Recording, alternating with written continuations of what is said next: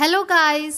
तो हमने पिछले वीडियो में सोशलिस्ट इकोनॉमिक कंप्लीट कर दिया था। तो हमारा कैपिटलिस्ट इकोनॉमिक और सोशलिस्ट इकोनॉमिक कंप्लीट हो चुका है। तो आज हम थर्ड टाइप करेंगे, मिक्स्ड इकोनॉमिक, जो हमारा लास्ट पॉइंट है।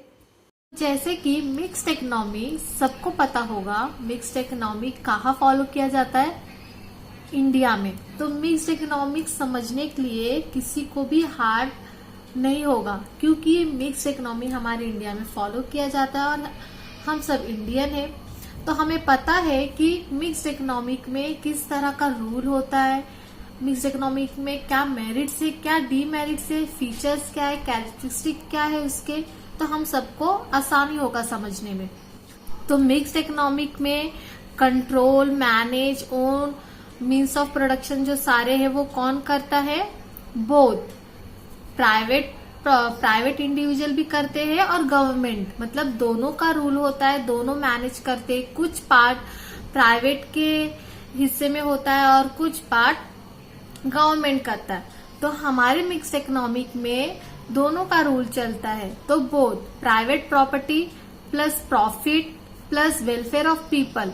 अब दोनों का रूल है हमारे मिक्स इकोनॉमिक में, तो ऑब्वियसली हमारा मेन एम होगा प्रॉफिट भी और पीपल के बारे में, सोसाइटी के बारे में कुछ सोचना, उनके लिए कुछ अच्छा करना। तो प्रॉफिट भी हमारा मेन एम है और वेलफेयर ऑफ पीपल भी। डिसीजन मेकिंग टूल कौन होगा? बोथ, क्योंकि हमारे मिक्स्ड इकोनॉमिक में दोनों का रूल होता है, मैनेज कंट्रोल दोनों करते हैं, प्राइवेट इंडिविजुअल भी और गवर्नमेंट में। तो डिसीजन मेकिंग टूल दोनों हो गए। गवर्नमेंट रेगुलेशन है, कंज्यूमर चॉइस है, कंज्यूमर अपनी मन से कुछ भी चॉइस कर सकते हैं, ऑक्यूपेशन कोई भी कंपनी स्टार्ट कर सकते हैं। जैसे कि आपको पता होगा सोल प्रोप्राइटरशिप, उसमें ज्यादा गवर्नमेंट का रेगुलेशन, मतलब ज्यादा उसमें रिस्ट्रिक्शन नहीं होता है। और जैसे कि पार्टनरशिप फर्म, उसके बारे में भी आपने पढ़ा होगा 12th में 11th में, कि पार्टनरशिप फर्म भी कोई भी स्टार्ट कर सकता है बिना किसी झंझट के। Greater socio and economic equality, economic equality होता है और सोसाइटी के बारे में ज्यादा सोचा जाता है, क्योंकि हमारे मिक्स्ड इकोनॉमिक में गवर्नमेंट का भी ओनरशिप है। तो उनका मेन एम होता है सोसाइटी के बारे में सोचना और इक्वालिटी रखना सोसाइटी में। मैंने कुछ पॉइंट्स लिखे अलग से मिक्स्ड इकोनॉमिक के बारे में, मेरिट्स और डीमेरिट्स भी। तो मिक्स्ड इकोनॉमिक में हमारा इकोनॉमिक किस तरह का होता है? फ्रीडम इकोनॉमी होता है, कोई रिस्ट्रिक्शंस नहीं होते हैं, इंसेंटिव वर्क होता है। क्यों? क्योंकि मिक्स्ड इकोनॉमिक में प्राइवेट ओनरशिप भी है। तो प्राइवेट ओनरशिप है तो उनका मेन मोटिव क्या होता है? प्राइवेट ओनरशिप में हमने पढ़ा था कैपिटलिस्ट इकोनॉमिक में कि प्रॉफिट कमाना। तो वो वर्क हार्ड करते और रिसोर्स का बेटर यूज करते, अच्छी तरह से यूज करते हैं बिना वेस्टेज के।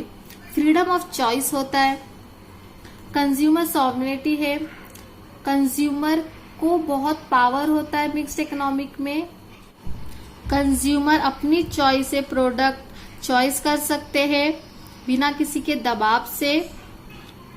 सोशल इक्वालिटी होता है, क्योंकि गवर्नमेंट का भी ओनरशिप है इसमें।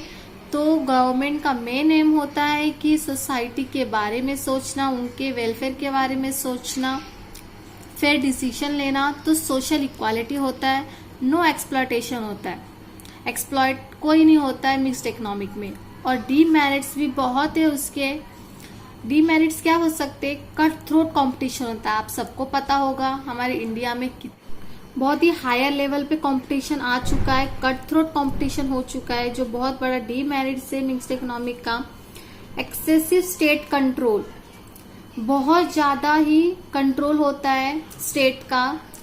जैसे आपको पता होगा कि अगर हमें कुछ गवर्नमेंट का, हमें कुछ काम हो पेपर का, तो हम अगर गए ऑफिस पे तो हमें कितना घूमना पड़ता है, वो इतने चक्कर लगाने पड़ते हैं हमें एक काम के लिए, जो वो भी ढंग से काम नहीं हो पाता है।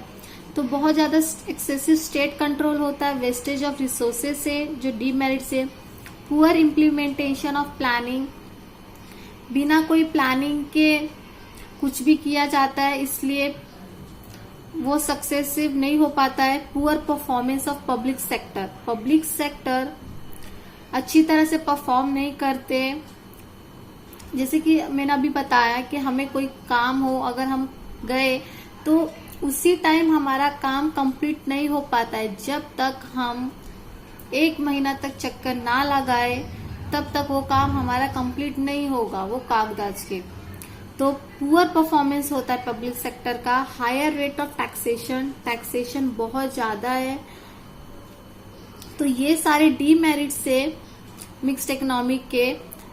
तो आपको ये सब पॉइंट्स आपको लिख के लेना है नोटबुक में, मेरिट्स, डीमेरिट्स, और मैंने जो कुछ फीचर्स दिए थे वो सारे पॉइंट्स एक दूसरे से इंटरलिंक के। और मिक्स्ड इकोनॉमिक आपको समझने में बहुत इजी होगा, क्योंकि मिक्स्ड इकोनॉमिक हमारे इंडिया में फॉलो किया जाता है।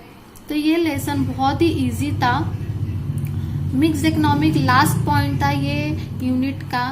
तो आज हमारा फर्स्ट चैप्टर खत्म हो जाता है यहाँ पे ही, यूनिट 1 और यूनिट 2।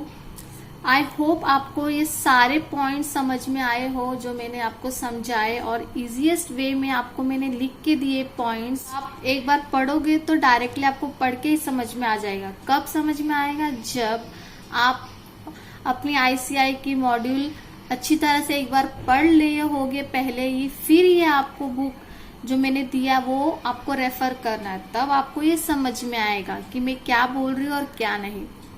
तो आई होप आप अपनी पढ़ाई जारी रखे हैं और ऐसे करते रहिए इस लॉकडाउन में। जैसे आपको याद होगा कि मैंने कहा था आपको ये चैप्टर खत्म होने के बाद ही मैं आपको कुछ क्वेश्चंस दूंगी जो प्रीवियस पेपर में आए थे। तो मोस्टली एग्जाम में ऐसे क्वेश्चंस आते, सेल्फ एग्जामिनेशन क्वेश्चन, जो हमारे बुक के लास्ट में, मतलब चैप्टर के लास्ट में जो देते हैं हमको क्वेश्चन सॉल्व करने के लिए, प्रैक्टिस करने के लिए।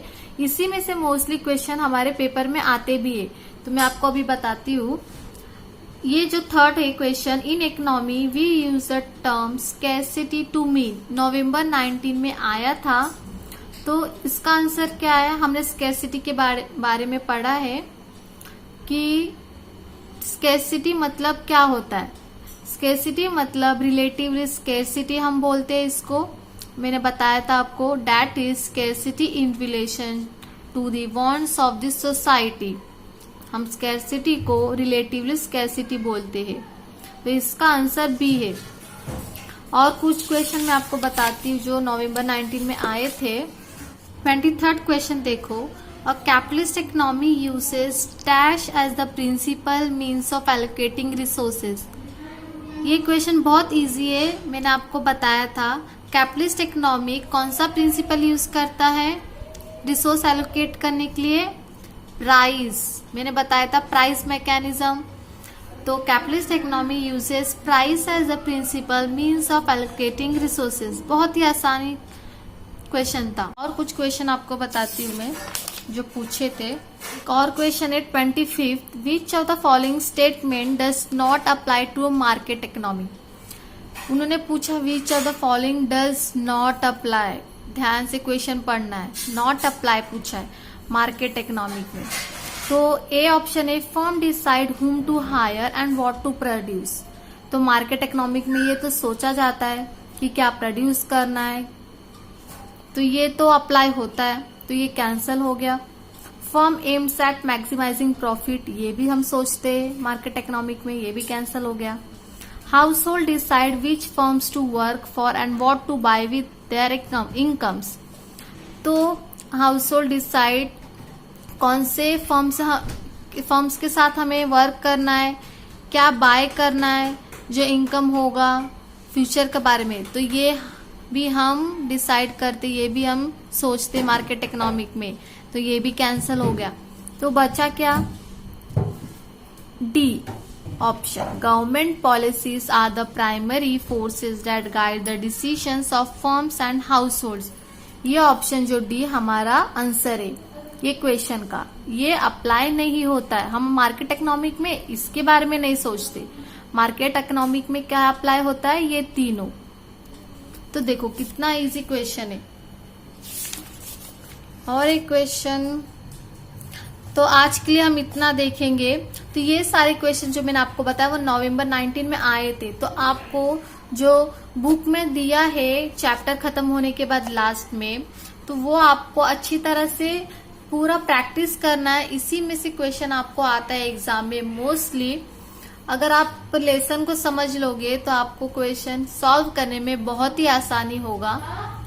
तो बेस्ट ऑफ लक आपके स्टडी के लिए। Thank you so much. और मेरे चैनल को आप सब्सक्राइब जरूर कीजिए और बेल आइकन को हिट भी, ताकि मैं कुछ वीडियोस अपलोड करूं तो आपको उसी वक्त उसी टाइम आप देख सके और आप समझ सके आसानी से। तो थैंक यू सो मच। मेरे चैनल को सब्सक्राइब और मेरे वीडियो अच्छा लगे तो लाइक शेयर कमेंट जरूर करना।